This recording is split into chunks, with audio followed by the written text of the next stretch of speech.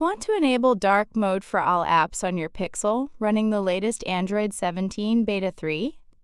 Even apps that don't officially support it, like some banking apps? Let me show you how. Here's what you need to do.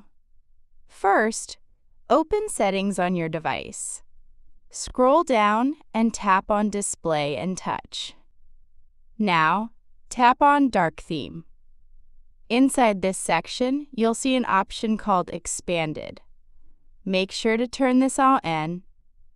Once enabled, Android will automatically force dark mode on most apps, even those that don't natively support it. Next, tap on the settings icon next to this option. Here, you'll see a list of all your apps. You can individually enable or disable dark mode for each app, including banking apps or any other apps that normally don't support it. Just turn on the toggle for the apps where you want dark mode. Now open that app and check. It should be running in dark mode. And if you ever want to turn it off, simply go back and disable the toggle for that specific app. If you want to use system-wide dark mode, select the standard option. That's it!